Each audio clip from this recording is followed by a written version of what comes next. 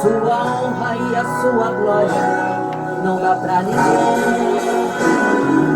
É Deus, ninguém consegue lhe deter quando ele quer agir.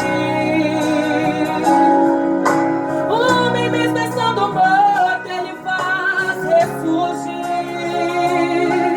pra mostrar a grande autoridade da sua mão.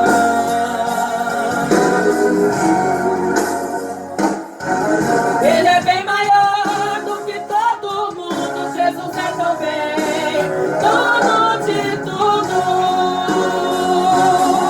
Ele opera até mesmo sem deixar sinal.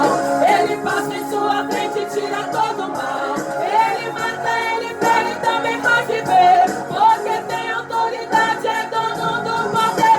Ele pega o derrotado e faz o vencedor, pra mostrar a imensidão que há no seu amor.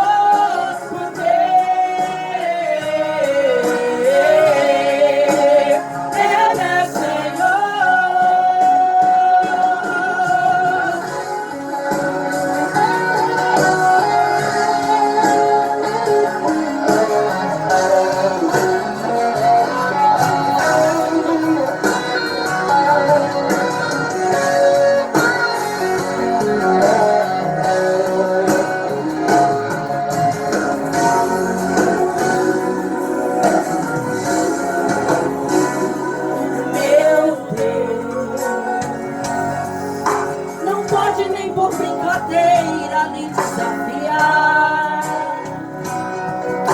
pois ele é muito poderoso e outro igual não. Ele pode virar esse mundo pelo avesso. É Deus que usa o homem com a queixada e ele mata mil. Foi ele quem tocou nas águas e o mar se abriu, e o povo atravessou seguro pela fé.